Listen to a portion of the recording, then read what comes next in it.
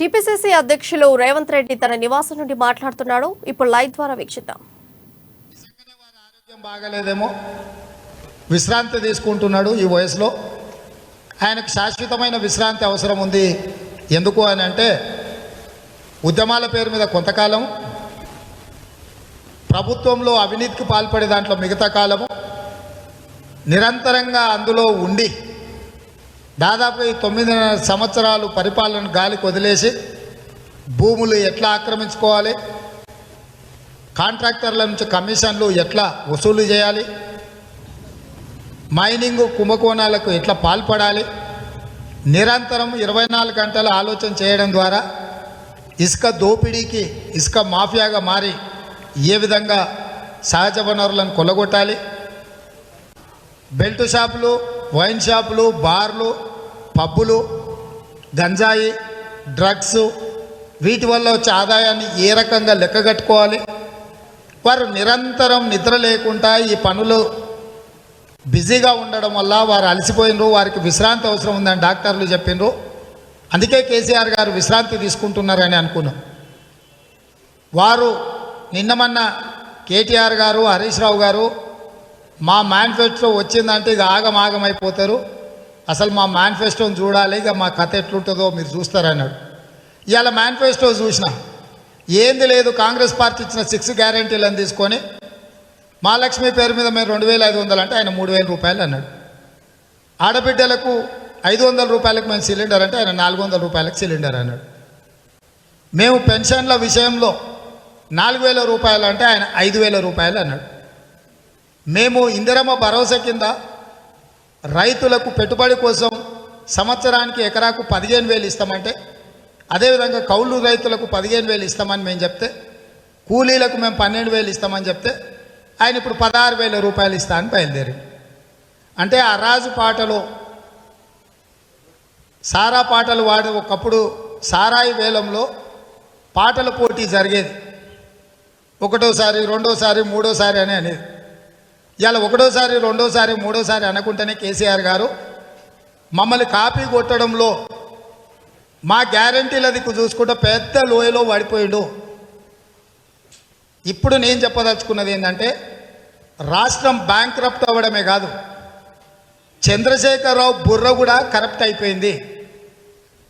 చంద్రశేఖరరావు గారు ఆలోచన చేసే శక్తి సన్నగిల్లింది. ఆలోచన చేయగలిగిన సామర్థ్యము చంద్రశేఖరరావు గారు కోల్పోయినరు. చంద్రశేఖరరావు గారు టీఆర్ఎస్ పార్టీ ఇక ఏమాత్రం స్వయం ప్రకాశకులు కాదు. చంద్రశేఖరరావు గారి పార్టీ, చంద్రశేఖరరావు గారు పరాన్నజీవి. పరాన్నజీవి అంటే పక్క వాళ్ళ మీద ఆధారపడి బ్రతికేవాడు పరాన్నజీవి. ఇవాళ టీఆర్ఎస్ పార్టీకి ఆలోచన కానీ, ఆచరణ కానీ, ప్రజల సంక్షేమం పట్ల, అభివృద్ధి పట్ల చిత్తశుద్ధి కానీ స్పష్టంగా లోపించింది. గత 2 సంవత్సరాలుగా కాంగ్రెస్ పార్టీ ప్రజలకు ఇచ్చిన హామీల అన్నిటిని కూడా పేపరు తీసుకొని రాసుకొని నకలు కొట్టి ఈరోజు మేనిఫెస్టోని రిలీజ్ చేసిండు. పెద్దడికి వెనకడికి పెద్దలు చెప్పారు, నకల్ మారనేకే లియే భీ అకల్ రాయనా అని. ఈరోజు కేసీఆర్ ప్రకటన చూసిన తర్వాత నకల్ మారనేకే లియే భీ ఓ లాయక్ నీయే, ఓ నాలాయక్ హే. ఎందుకు అని అంటే, ఇంత స్పష్టంగా ఇంతకాలం టీఆర్ఎస్ నాయకులు మేము 4,000 రూపాయలు పెన్షన్ ఇస్తామంటే ఎట్లా ఇస్తారు మీరు? కాంగ్రెస్ పార్టీకి ఎట్లా సాధ్యమవుతుంది? 500 రూపాయలకు సిలిండర్ ఇస్తామంటే అది ఎట్లా సాధ్యమవుతుంది? రైతులకు ఇందిరమ్మ భరోసా కింద మేము 15,000 ఎకరాకు సంవత్సరానికి ఇస్తామంటే అది ఎట్లా కూడుతుంది? ఇందిరమ్మ ఇళ్లకు మేము 5 లక్షలు ఇస్తామంటే అన్ని నిధులు ఎక్కడున్నాయి? రాజీవ్ ఆరోగ్యశ్రీ మీద మేము 10 లక్షల రూపాయలు ఆరోగ్య భద్రత కార్డు ఇస్తామంటే అది అసాధ్యం అని చెప్పి ఇలా 15 లక్షల రూపాయలు ఇస్తా అంటుంది. మళ్ళీ కేసీఆర్ బీమా పథకం మీద ప్రతి మనిషికి ఇంక మళ్ళీ 5 లక్షల బీమా అంటుంది. అంటే ఈ రకంగా చంద్రశేఖరరావు గారు, టీఆర్ఎస్ పార్టీ పూర్తిగా తమ మనుగడ, తమ ఉనికిని కోల్పోయినరు. వాళ్ళు సొంతంగా ఆలోచన చెయ్యలేరు, ఆలోచించే శక్తి కోల్పోయినరు అని చెప్పి ఎన్నికల మేనిఫెస్టో చూసిన తర్వాత చాలా స్పష్టంగా అర్థమైంది. ఈరోజు చంద్రశేఖరరావు గారిని చూసిన తర్వాత బీఫామ్లు ఇవ్వడము, మేనిఫెస్టో ప్రకటించడంతో స్పష్టంగా కాంగ్రెస్ 100% అధికారంలోకి వచ్చిందని తెలంగాణ ప్రజలకు 4 కోట్ల మందికి విశ్వాసం వచ్చింది. చంద్రశేఖరరావు ఇక మమ్మల్ని మీరు ఎట్లా అమలు చేస్తారు మీ పథకాలను, పక్క రాష్ట్రంలో ఉన్నాయా లేవా అని అడిగే అర్హత కోల్పోయిండు.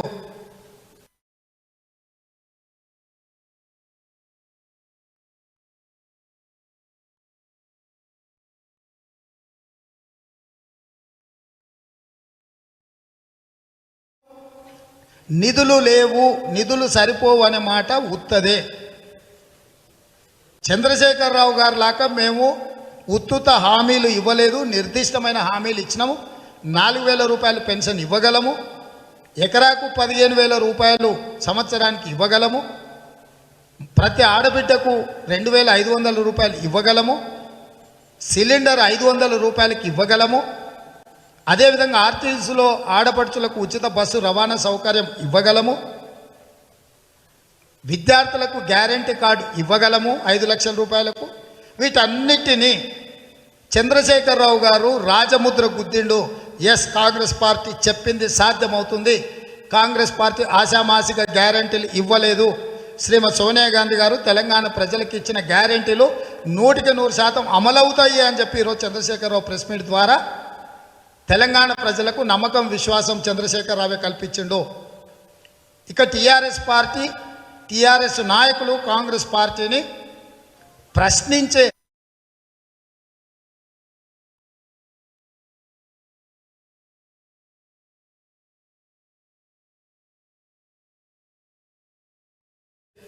ఈరోజు వారి ప్రెస్ మీట్ ద్వారా స్పష్టత వచ్చింది. ఇక చివరగా నిన్నమన్నా బిల్లా రంగాలు ఇద్దరు అంటున్నారు, కాంగ్రెస్ పార్టీ వాళ్ళు 1,000 కోట్లు తెస్తారు, ప్రజలకు పంచిపెడతారు, ఆ పైసలన్నీ తీసుకొని టీఆర్ఎస్ కోట్లు వేయరు. కర్ణాటకలో ఎవడో డబ్బులు పట్టుడు అంటే అవి రేవంత్ రెడ్డికి వస్తున్నాయి, అదిగో పులి అంటే ఇదిగో తోక అన్నాడంటే వెనకటికి ఎవడో పట్టుకున్నది ఎవడు, పట్టుడు పట్టుడు ఎవడు, అసలు ఎవడికి సంబంధం? తలకు తోకకు మోకాలికి బోడిగుండుకు లింక్ పెట్టినా అర్థం ఉందేమో, కానీ ఇట్లాంటి అర్థం పర్థం లేని ఆరోపణలతోటి ఇవాళ కాంగ్రెస్ పార్టీలో ప్రజలలో ఉన్న విశ్వాసాన్ని దెబ్బతీయడానికి ప్రయత్నం చేస్తున్నారు.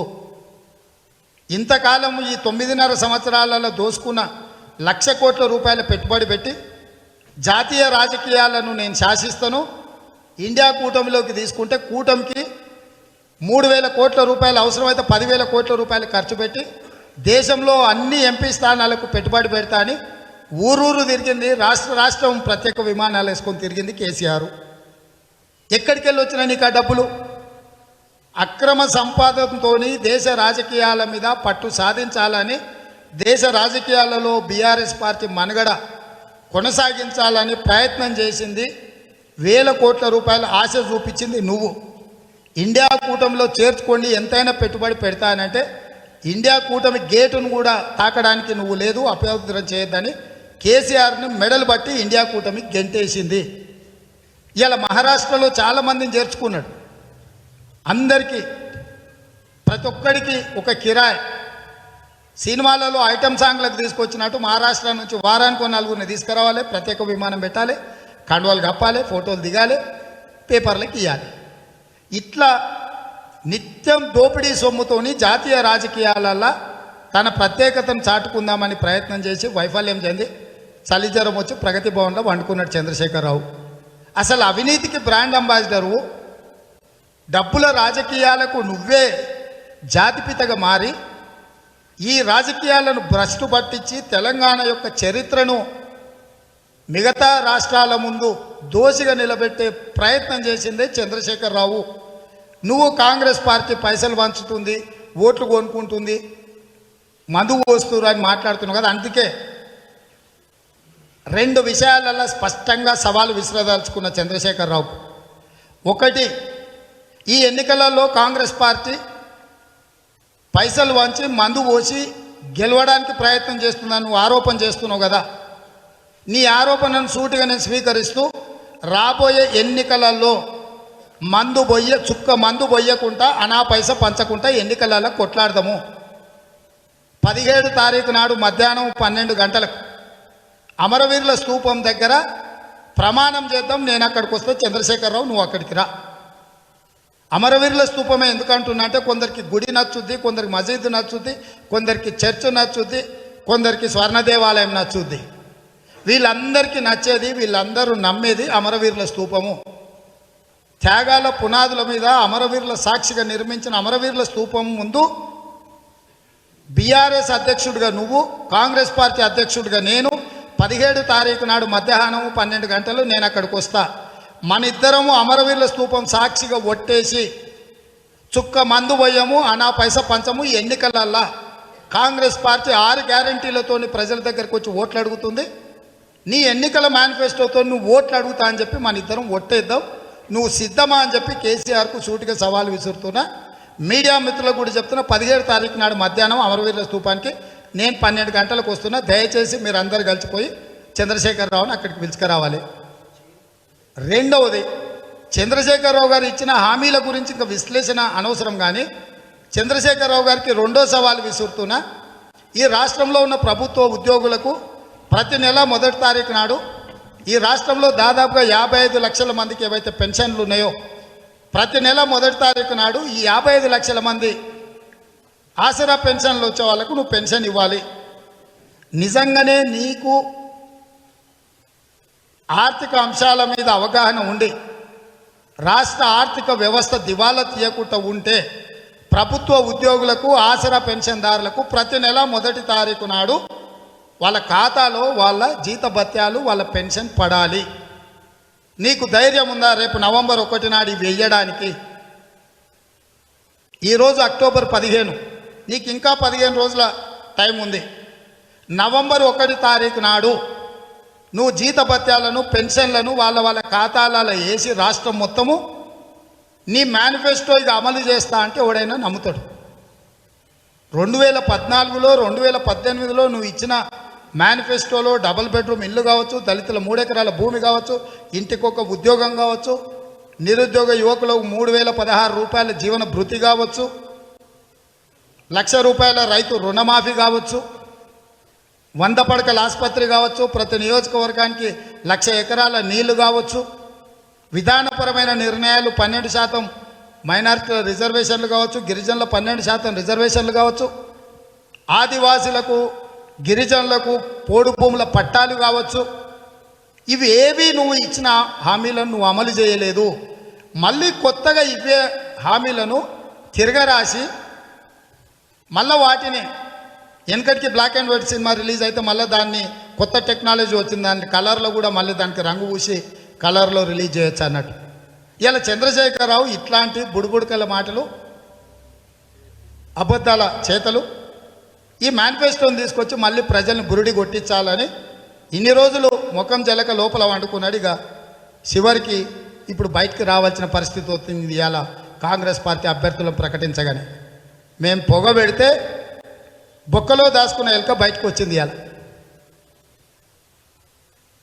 చంద్రశేఖరరావు ప్రెస్ మీట్ చూసిన మిత్రులకు ఆత్మవిశ్వాసం కోల్పోయిన చంద్రశేఖరరావు స్పష్టంగా అక్కడ కనిపిస్తున్నాడు.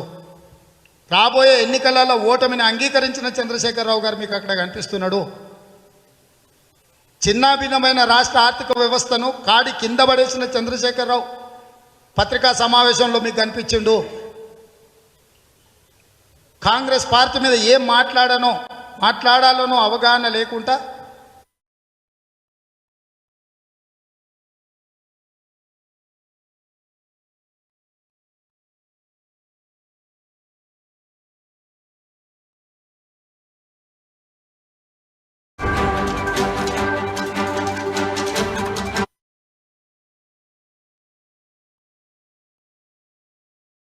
జీవితము మీరు విశ్రాంతి తీసుకోండి.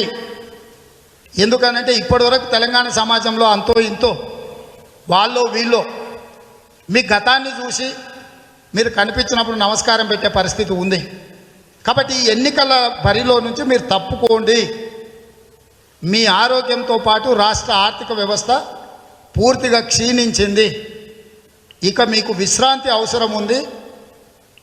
మీరు 17 తారీఖు నాడు అక్కడికి వచ్చి మీరు ఒట్టేసి మీ పార్టీ శ్రేణులకు, మీ బిల్లా రంగాకు ఆదేశాలు ఇచ్చి మీరు మీ ఫామ్ హౌస్లో మిగతా చేసే జీవితాన్ని విశ్రాంతి తీసుకోవాల్సిందిగా చంద్రశేఖరరావు గారికి సూచన చేస్తున్నా. ఒక్క నిమిషం ఠాక్రే గారు మాట్లాడినాక మీతో చెప్తాను.